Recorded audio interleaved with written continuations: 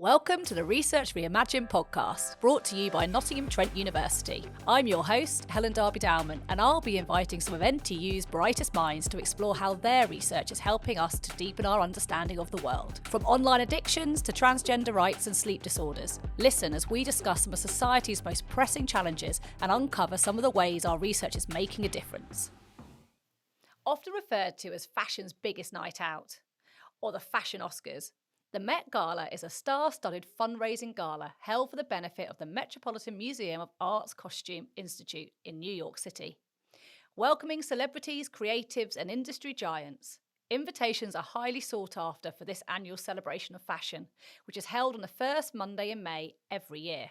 Attendees are encouraged to pay homage to the theme, leaving the media and the world to scrutinise who has followed the annual fashion assignment and who has not. It's the morning after the 2023 Met Gala here in the UK, and I'm joined by two researchers from the Nottingham School of Art and Design, Vanessa and Naomi Braithwaite, who are going to give us a fresh insight into the world of fashion and last night's events. Good morning, both. Good morning. Good morning. So let's start with, tell me about the Met Gala. Why is it such a big deal? Well, it's always an opportunity for extravagant fashion, the latest, hottest celebrities, the fashion royalty to be out there wearing ostentatious, extravagant outfits. It's also got a fantastically long history. I think it was first started in 1948, so 75 plus years, so amazing. So, and of course it has fundraising element to it, to the Costume Institute, so there's that, social good as well. I think there's something as well about the kind of fun element to it that allows the garments to be a little bit more playful and a bit more expressive because there's a brief. It's not like just turning up to any event. There's a sense that there's a way to show your kind of fashion cleverness, also your fashion knowledge. So I think it's quite high stakes as well for the celebrities and the designers that are involved. There's a lot riding on it really in terms of, it has massive media coverage, but also I was thinking, looking at everybody last night, I was thinking it's quite high pressure because you've got, with a brief like to do something that pays homage to Karl Lagerfeld, you could so easily just end up with a bad sort of watered down version of a Karl Lagerfeld garment, and that wouldn't look good. So what you do is quite a lot of pressure on there. So I think that makes it a really important moment because the stakes are high. The stakes are always high in fashion, aren't they, Naomi? Highly competitive. I know there was a dress clash last night, I believe. The Chinese editor of Chinese Vogue and Olivia Wilde were wearing the same dress, different colours, but same dress nevertheless. I didn't actually spot that. I was probably asleep by then. I can't imagine actually the pressure on that. And you would assume, because obviously it's invite and an expensive invite, right? So could you maybe share a little bit about how people actually get that sort of invite and how you become somebody credible enough to get invited to the Met Gala? Well, if only we knew. Yeah, we'd have been there. Maybe we'd be there too. Yeah. It's really interesting looking at the guest list, and I think you're absolutely right to bring that up as a relevant detail because you're invited to spend quite a lot of money in attending something. So there's obviously, and this is what I mean as well about it being high stakes. Like if you do well this year, will you get invited back next year? One of the things that's really noticeable in recent years, I think, is the sort of attention to a much broader fashion community. And there is this kind of sense in which, especially since the editorship of Vogue changed hands, there is much more emphasis on expanding the fashion community, and it is done through celebrity but also designers, but there's much more kind of youthful people there, and I think they're very aware of the need to make fashion feel like a place where I wouldn't say everybody is welcome, but more different kinds of people are welcome. So really what I'm saying there is that the guest list has a sort of political element to it, as well as just a kind of, oh, who do we fancy having at our thing, who's pretty, whatever. So Yeah, you can obviously see just from looking in advance, there's quite a lot of conversations in there about who's going to be on the guest list, how do we decide? There's obviously the cover of Vogue when the theme was launched, and, is that going to be an insight into who's invited and so forth. So it's obviously such a lot of press and media around it. And on that note, obviously it's not shown on television, unlike, say, like the Grammys or so forth, but gets so much media coverage. Why is that? Well, I think it's a legacy of the Met having that for many, many years now, that excitement. It starts building, doesn't it, before it, who's going to be there, what will they wear, what will be the shockers, the highlights. So there's all of that building. And I think the fact that it isn't shown on television, it is very kind of exclusive in many ways, I think makes it even more attractive and creates that hype even further. And so moving on to the fashion then, you've already mentioned, Vanessa, that there's a theme, and obviously it was Karl Lagerfeld this year. Talk to me a little bit about that theme and what did you think about it? I mean, my first thought when it was announced was that it was a very sort of obvious choice in a way. Karl Lagerfeld died fairly recently, obviously a massive influence on fashion, incredibly well-known, probably the most well-known designer there is, really, really...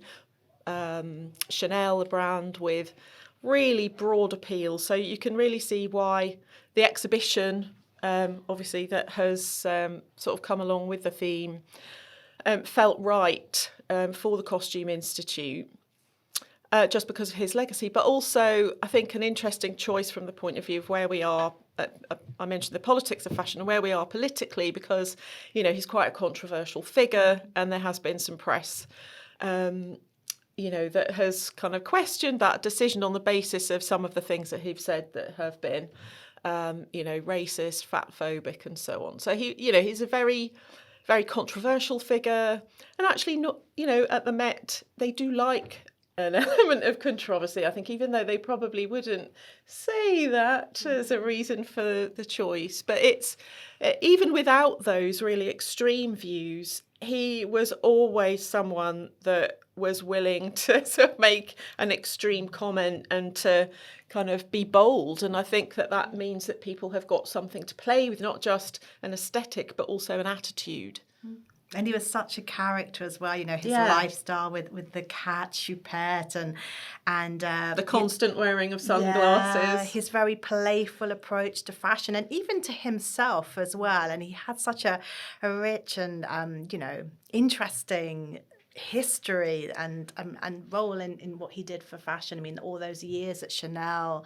Yeah, his incredible legacy. And of course, Anna Wintour was incredibly, fond of Karl Lagerfeld. I read somewhere, I think the other day in the press, about how when she heard he died, she was sitting at the airport and she remembered sitting next to some man who was very badly dressed, as she put it, and she started to cry, and he passed over these tissues and he said, yes, it's a very sad day to have lost this wonderful Karl Lagerfeld. And she said she was quite shocked because this man was so badly dressed. She thought, how can he have, but it was really, amazing. So he clearly had a presence beyond fashion as well.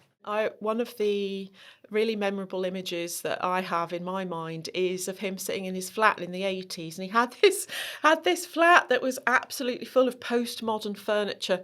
Postmodern furniture is, and it was from a company called the Memphis Group. They weren't a company, they were a group of designers, and really sort of brightly coloured, really looks like it doesn't function. It's not comfortable, it's kind of weird, and there's nothing comfortable, really. There's nothing comfortable. There's nothing comfortable about his appearance, really, either, was there? I mean, he apparently said, didn't he, that sweatpants were a sign of defeat. So the idea of sort of like just going for comfort is something that, you don't go to. So he's always really committed, like 100% committed to the aesthetic, even if it was like your home. Like he's sitting there with all these spiky things surrounding him. The starch collars. The starch collars, I know. Yeah, very and well, fitted. Tommy Hilfiger last night was wearing a shirt that Karl had given him that was one of these ones with these really big puritanical collars. And he said, I really, having been put into this, I have no idea how he managed to carry this around his body every day. And I think that's, it is really interesting when you think about clothing, the bodily experience of wearing those clothes. And I think his idea was very much that you should show commitment to the clothes rather than the other way around. I mean, his career spanned like 70 decades. So when they pick a theme like Karl Lagerfeld, like, isn't that quite a wide range? It must give us so much scope in terms of those that are choosing what they're going to wear or the designers. I mean, how do you feel it was represented last night on the carpet, if we get into that? Because it is a big period of time. Well, I read that they had 3 choices they could select from. So vintage, Chanel, and vintage, Fendi, yes. Fendi. And then, homage to Choupette, and then something that's more recent as well, interpretation of Lagerfeld. So they had those choices, but I read in the New York Times review of last night that what they felt was really an important theme was a kind of homage to Lagerfeld's time in the 90s, the early 90s, when they say the focus really then in Lagerfeld's career was on the clothing before their time of the hyped advertisements and all of those things with Nicole Kidman working with Baz Luhrmann. So it's really then about the clothes. So that seemed to be quite an important theme that was recognised last night. I mean, one of the things that's really obvious, you don't have to know anything about fashion to spot this, is this black and white theme. And I've been thinking about black and white recently in relation to fashion. It's a really sort of significant colour palette for Chanel, significant for Karl Lagerfeld, icon, all of the kind of imagery as well. Like, he was quite well known for the imagery that he allowed to circulate around him with his silhouette or kind of cartoon version of his face. And this idea of the sort of monochrome, I think, is really consistent. You really see that, don't you, through the whole of the gala, but also throughout his career. But it's also something that I think in popular culture, black and white has come to signify fashion. So I think that makes it quite sort of accessible. You see a lot of costumes in film and TV. If they're trying to show people who are kind of obsessed with fashion or fashion fascists, they always dress them in black and white. Cruella de Vil would be a good example of that in 101 Dalmatians. Glenn Close was there last night. But also, I don't know if you're familiar with the Netflix show Schitt's Creek, but the Rose family in that are very much like children of Karl Lagerfeld, don't you think, Naomi? Yeah, totally. And it's a palette you see as well, represented the 60s with Youthquake, black and white as well, coming through the work of Indeed, Quant. we have both. We didn't coordinate, did we? But we've both rocking the black and white. Yeah. So moving on to the actual fashion then, what did we actually see? Tell me a bit about what was on the red carpet last night. What were your favourites? Was there any surprises? One thing I noted, a lot of wedding dresses. A lot of things that look like wedding dresses. Some of them were wedding dresses from runway shows. Some of them were just white dresses that, because they're evening dresses, can't help but look like wedding dresses. Elle Fanning was wearing I think it was a Vivienne Westwood interpretation of a look that Karl Lagerfeld had put together for her when she was a teenager, that was sort of innocent thing with a daisy flower crown, and they'd turned that into quite a sort of contemporary wedding dress. She was even carrying a bouquet of flowers. And there is something about the idea of like the dress, the really sort of statement dress, the occasion dress.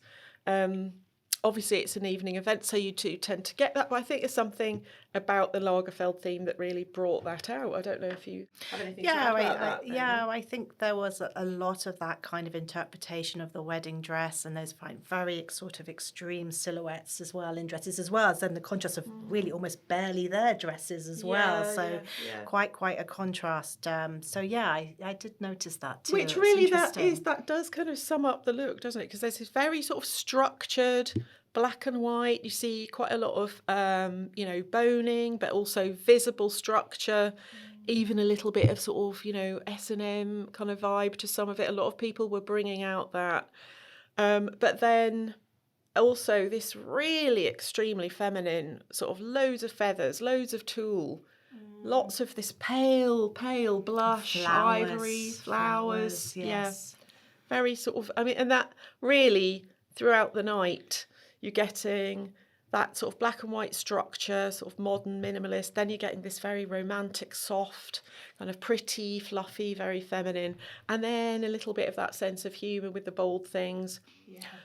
One of my favourites was, it was Jeremy Pope in a dress with a massive train with a huge image of Karl's face in the train. That was the other one that I thought brilliant. Karl might have approved of. I think Lily Collins had a train with Lagerfeld as well too, but yeah, that was the best. But my favourite was definitely Jared Leto in the choupette costume, because if you're going to do it, you got to do it like that. So I thought that was very, very cool. I believe there's a bit of confusion about it when he first walked in, and then he took the head off, and it became a bit clearer.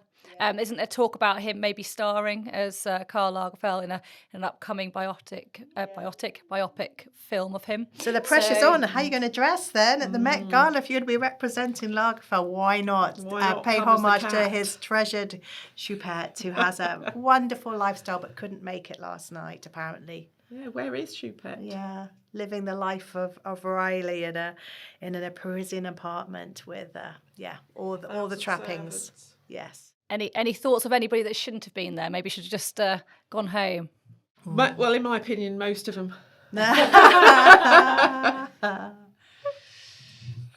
Just because I think, there's so many.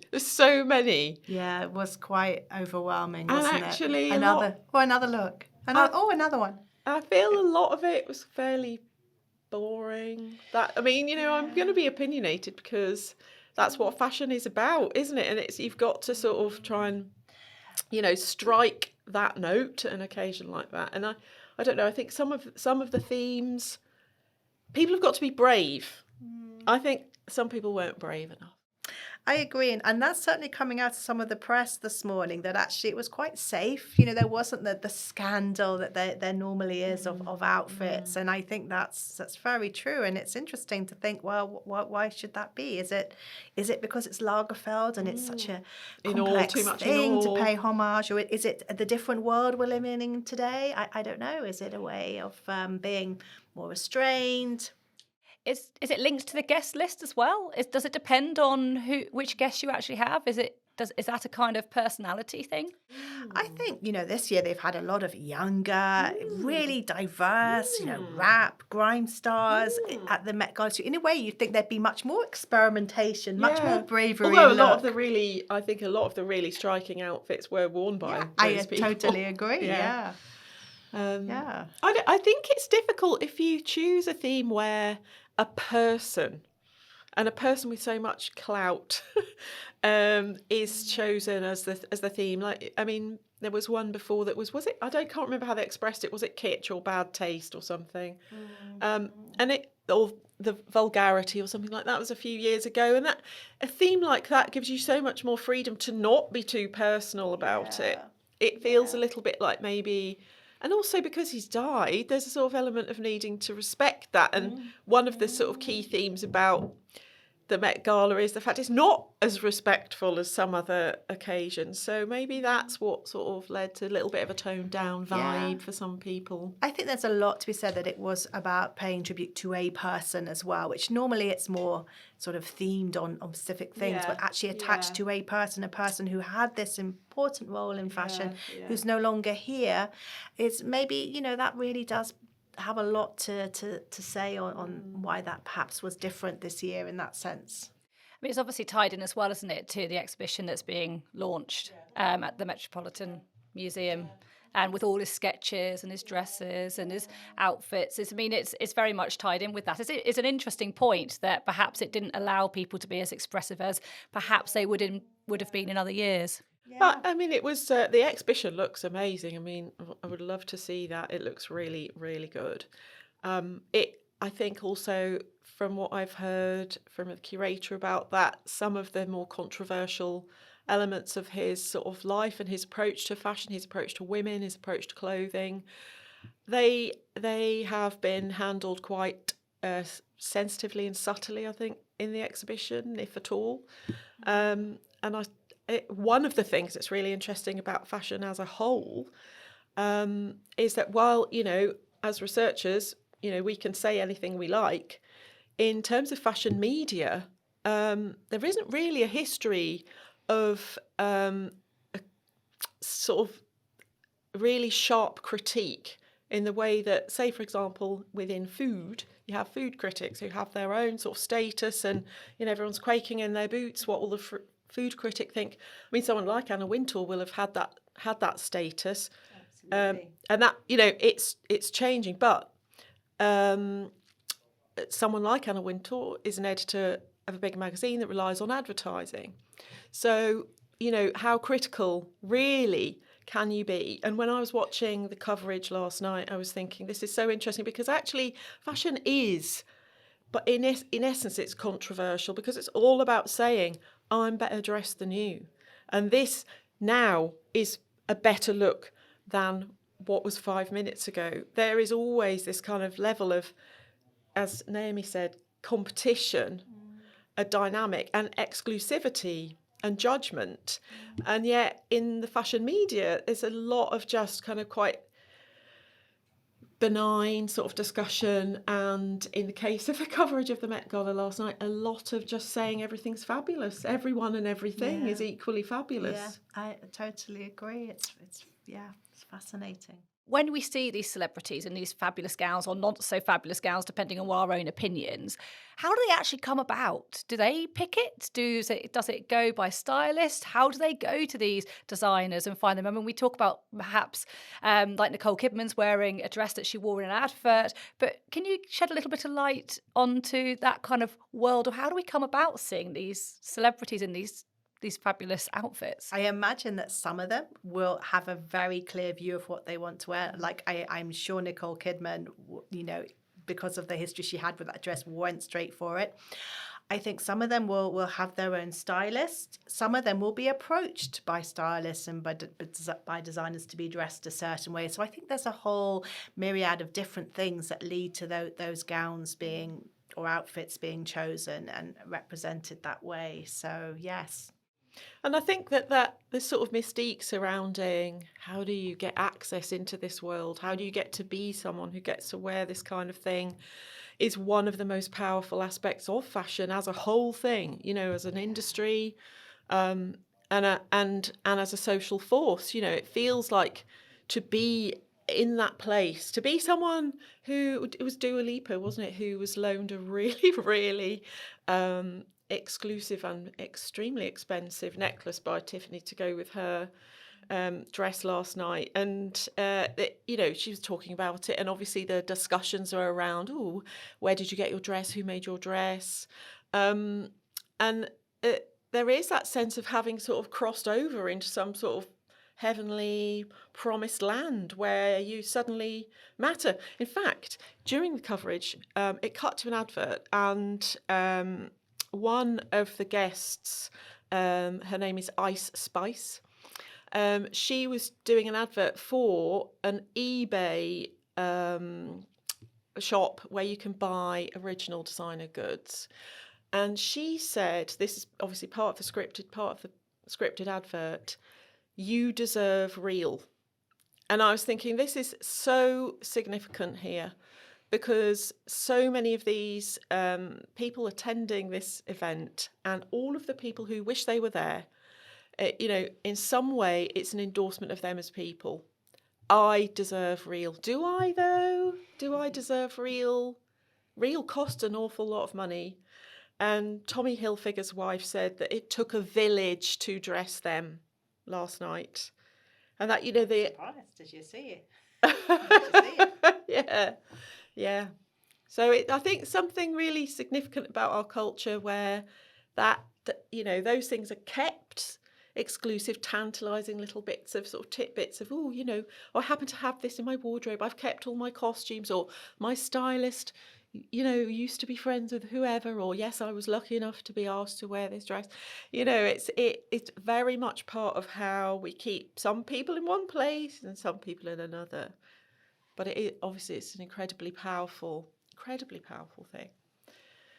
What was that film recently? Mrs. Harris Goes to Paris. Oh yes, play on Dior, wasn't it? Yeah. Yeah, and it was a film in cinemas recently.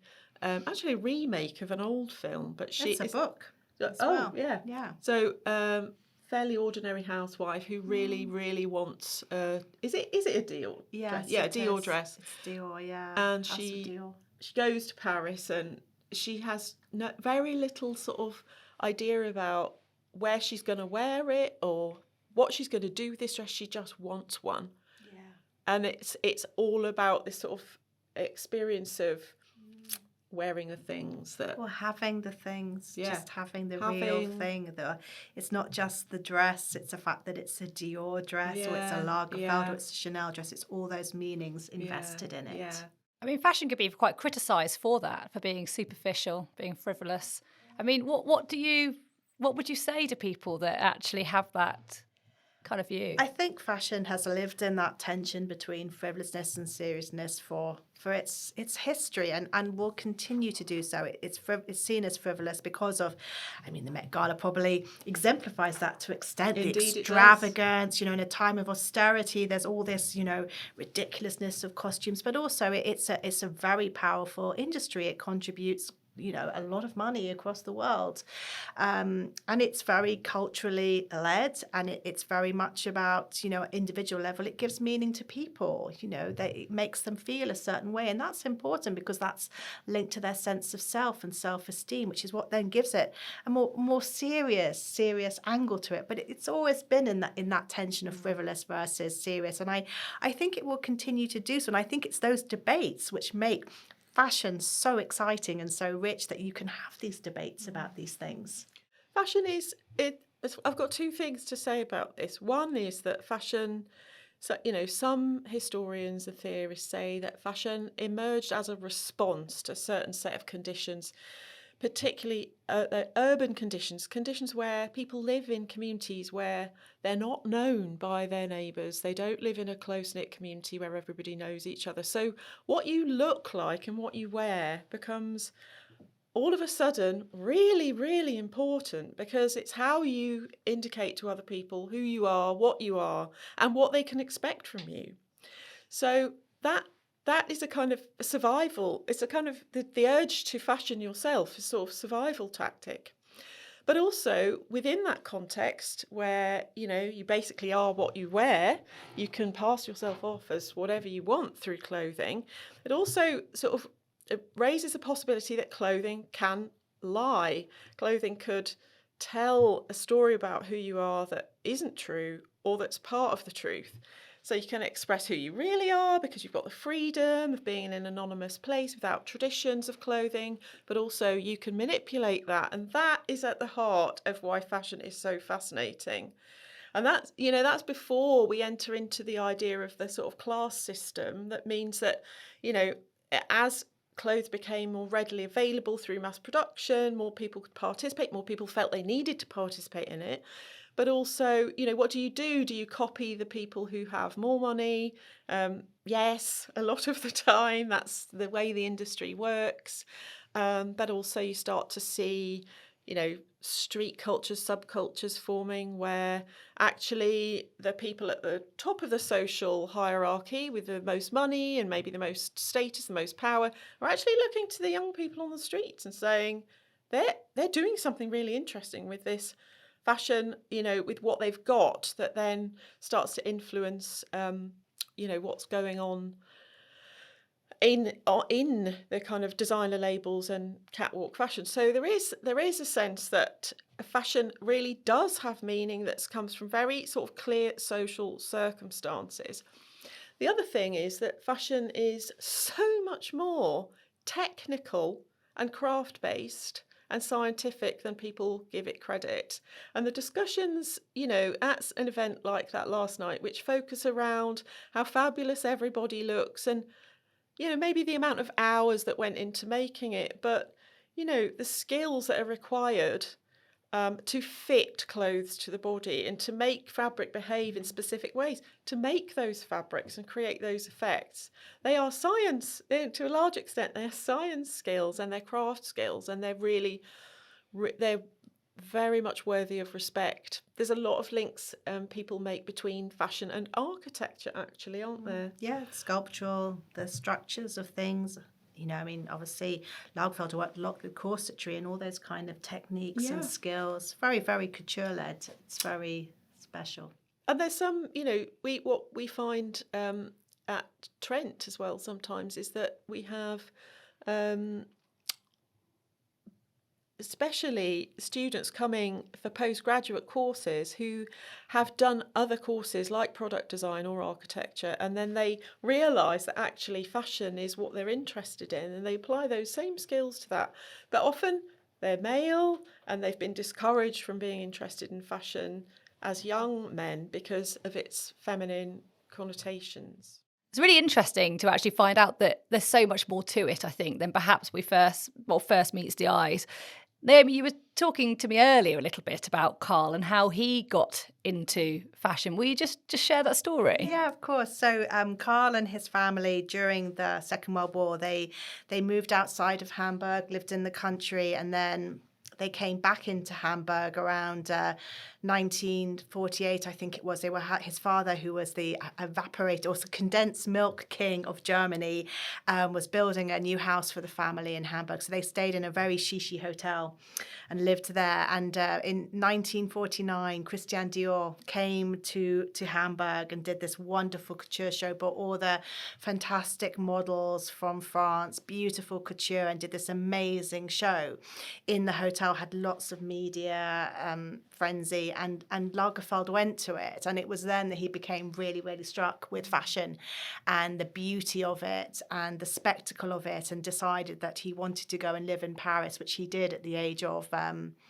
I think he was 19. He went and lived in Paris and sort of found his way and eventually into fashion. He'd always been very artistic growing up. He loved philosophy. He loved reading. He loved drawings. He was very, very creative and he always talked about how his parents allowed him that kind of independence and freedom. But it was the Dior show that really, really struck him and took him on to that next phase of life and into fashion. And just finally, talk to me a little bit about events like the Met Gala, which are all talking about how fabulous something is, rather than perhaps actually touching on the detail and how in-depth things like fashion are and the impact it can have on lives and the economy, the world. Do you think that the Met Gala actually doesn't do the fashion world justice? I think it could do it a lot more justice. In many ways, what it does do is it puts fashion on the radar. It makes people who don't even care about it fascinated. Maybe they don't like it or they get annoyed about it, they have an opinion about it, but it creates awareness. But definitely there's an opportunity to think much deeper about, as Vanessa was talking about, the technical skill, the couturing of those garments, what's involved in it, and then the wider meanings of fashion and what it can bring to what it does and what can bring to society and beyond. Yeah, I'd agree with that. One of the things that these kinds of events are really valuable for is bringing, new designer names to the attention of the broader public. So, for people who are up and coming, if they get an opportunity to show their work at something like that, it's obviously very valuable. And that's part of how the Met Gala makes their raises the money, because they know that people will pay to be there because there's value in it. But I think really, to some extent that kind of thing has its place, but it's perhaps just raises a broader question about how fashion is discussed and reported on in the media. Maybe there's place for a more serious approach to it. But there's a lot, Naomi and I get asked frequently to talk about fashion and what lays behind it. Mm-hmm. And so there's a lot of interest in that. But actually there's also a bit of a lack of actual sort of in-depth consideration. And the other thing I would say as well, just in this kind of state of digital revolution that we're in, and a lot of things that people create, they do it digitally, and it's very easy to change things, very easy if you make a mistake, it's very easy to go back and do another version, save multiple versions. When you're working with physical materials, it is not like that. If you sew a seam incorrectly, I mean, our graduates to be are handing in their collections today. They're handing their garments. My daughter actually is one of them, and she's handing in her garment. I had to drop them off before I got here. Oh my goodness. And the effort that's gone into creating those garments, she's doing knitwear, but the effort that's gone into creating those garments, and if something goes wrong, how much time it takes to rectify it, and how many things you have to get right. I think that's something that people could really benefit from understanding more, because making has a lot of, sort of value in making, but also has therapeutic qualities. And also people try, when people are trying to buy fashion for, the cheapest possible price, really understanding what you're buying, are you buying craftsmanship? What sort of relations, industrial relations, are you buying into? Understanding what clothes are, I think, would be beneficial for all sorts of the story reasons. behind them as well, because they've been created by a person, or by, if they're couture, Exactly. by all those couturiers working in the atelier. Yeah. So there's so much vested in it, isn't there? Yeah, there is. And obviously everyone can't afford those high-end garments, but even understanding the dignity of the labour that goes into creating the garments that we are able to buy and wear, most of us, I think, is something that could really benefit people, not just consumers, but those who are involved in making fashion. Thank you. Just one last question. If there was an item from last night's Met Gala that you could take home, what would it be? I think I'd take home the cat outfit, just because I could have it on the wall. Yeah, yeah, I think so, Naomi. I can see you in that one. Yeah. I don't know if I'd want to wear it. I just think I'd want to look at it. Look at and it. admire it. Yes. Vested with so many stories, so many things around it. I did see someone going up and having a nice cuddle, actually, a little stroke, very therapeutic. I'm really struggling. I'm really not sure what I would choose. It's a tough one. There's certainly a lot of choice. 200 plus outfits. Yes, a lot of choice. I think, what did I see that I really liked? Oh, I said Michaela Cole, didn't I? I'll say that one. Thank you both very much. It's been fascinating. Thank you. Thanks for having us. Yeah, thanks for having us. To find out more about Naomi and Vanessa's work, please check out the episode description. You've been listening to the Research Reimagined podcast by Nottingham Trent University. For all of the latest news from the research community at NTU, follow us on Twitter at NTU_research, or sign up to our research newsletter by visiting ntu.ac.uk/research. Thanks for listening.